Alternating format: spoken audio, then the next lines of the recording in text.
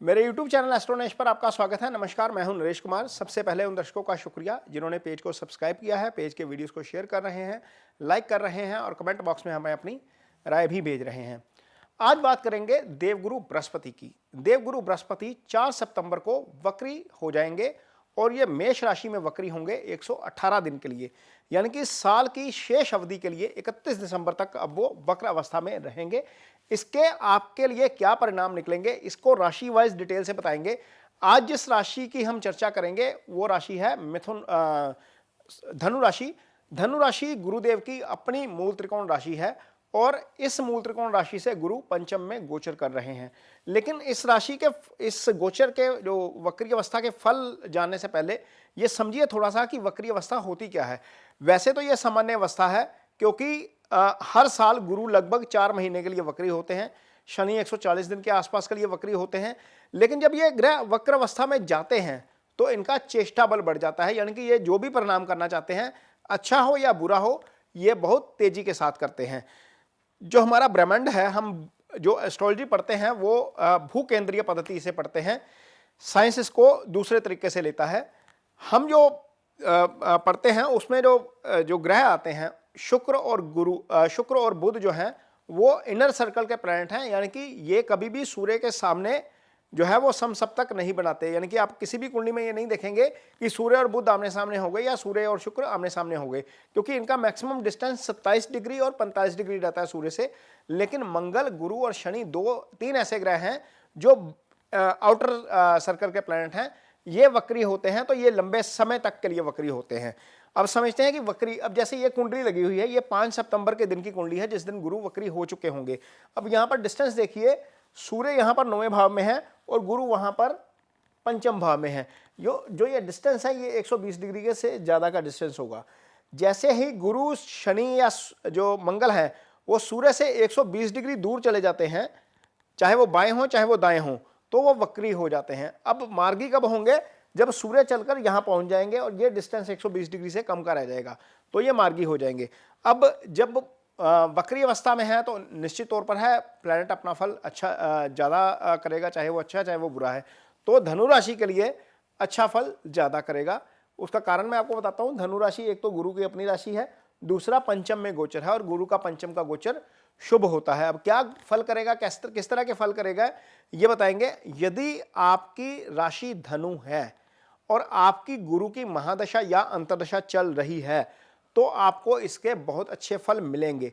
अब गुरु क्या करते हैं? गुरु 2 तरीके से फल करते हैं। एक तो जो उनके कारक तत्व हैं उनका फल करते हैं, एक जिन 2 घरों का उनके पास स्वामित्व है उनका भी फल करेंगे। तो कारक तत्वों में चाहे गुरु आपकी कुंडली में अस्त है, वक्री है, ये कोई मायने नहीं रखता, वो कारक तत्वों का फल करेंगे ही करेंगे। और यहां पर गुरु आपकी कुंडली में पंचम भाव में गोचर कर रहे हैं।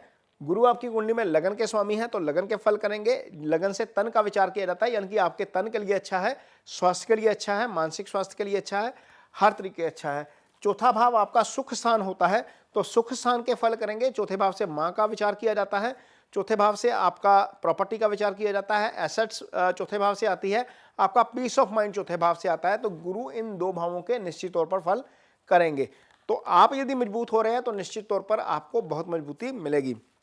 लेकिन गुरु इकलौते ग्रह हैं जो कुंडली में 4 भावों के कारक होते हैं। गुरु आपकी कुंडली में तो 2 राशियों के भी मालिक स्वामी हो गए। गुरु दूसरे भाव के कारक ग्रह हैं। यह धन स्थान होता है, यहां से धन का विचार किया जाता है। एसेट्स जो है वो आपकी जो धन है आपका वो इसी से आता है, जो आप खुद नहीं कमाते, आपको मिल जाता है या आप संचित कर लेते हैं। संचित किया हुआ धन या आपको कहीं से मिला हुआ धन यहीं से आता है। गुरु इस भाव के भी कारक है। गुरु पंचम के कारक हैं। पंचम सुत भाव होता है।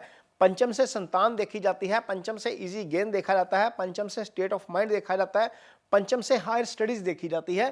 तो इन चीजों के फल भी गुरु करेंगे। गुरु 9वें स्थान के भी कारक हैं। ये भाग्य स्थान है, यहां से भाग्य का विचार किया जाता है कि भाग्य आपका किस हद तक साथ देगा। गुरु 11वें भाव के कारक हैं।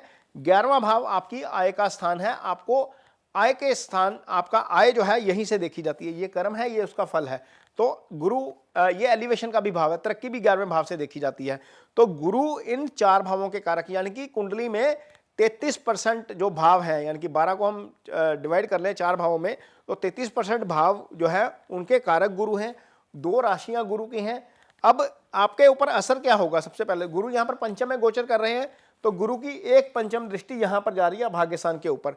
अपने ही भाव यानी कि गुरु जिस भाव के कारक हैं उस भाव को एक्टिवेट कर रखा है गुरु ने, और यहाँ पर वक्र अवस्था में उसका ज़्यादा फल मिलेगा, भाग्य जो है वो चमक सकता है। यदि आपका प्लान है किसी धार्मिक यात्रा में जाने का इस अवधि के दौरान 4 सितंबर से लेकर 31 दिसंबर तक, तो आपको निश्चित तौर पर वहाँ पर भाग्य जो है वो आप यात्रा करने का मौका मिलेगा।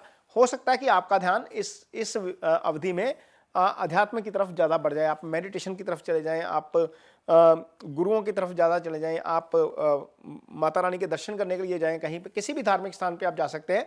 आध्यात्मिकता थोड़ी सी बढ़ेगी, भाग्य आपका हर स्थिति में साथ देने के लिए तैयार होगा।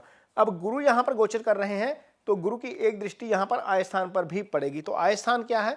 आय स्थान 11वां भाव के ऊपर जब गुरु की दृष्टि है, तो एक तो वो गुरु उस भाव के कारक हैं, एक उसको एक्टिव भी कर रहे हैं वक्र अवस्था में भी और गोचर में भी। तो निश्चित तौर पर आय में वृद्धि करेंगे, आपको उसका बहुत फायदा होगा और आय आपकी निश्चित तौर पर बढ़ेगी। गुरु की एक दृष्टि जाएगी चंद्रमा के ऊपर, यानी कि ये जो गुरु की अपनी राशि यहाँ पर धनु पड़ी हुई है, और यहाँ पर जब दृष्टि जाएगी तो पॉजिटिविटी आती है। जब गुरु प्रभाव देते हैं तो आप अपने फैसले जो है वो समझदारी से करते हैं, आप थोड़े से वाइज हो जाते हैं, थोड़ा सा पेशेंस आप में आ जाता है, क्योंकि गुरु पेशेंस देते हैं बहुत ज़्यादा, और आप जो है वो पॉजिटिव फील करते हैं अपने हर तरफ। तो तन भाव एक्टिव है, आपका सुख स्थान एक्टिव है, पंचम एक्टिव हो गया, आपका 9th एक्टिव हो गया, आपका 11वां भाव एक्टिव हो गया। गुरु उस भाव के कारक हैं धन भाव के, उसमें भी आपको फायदा मिलेगा।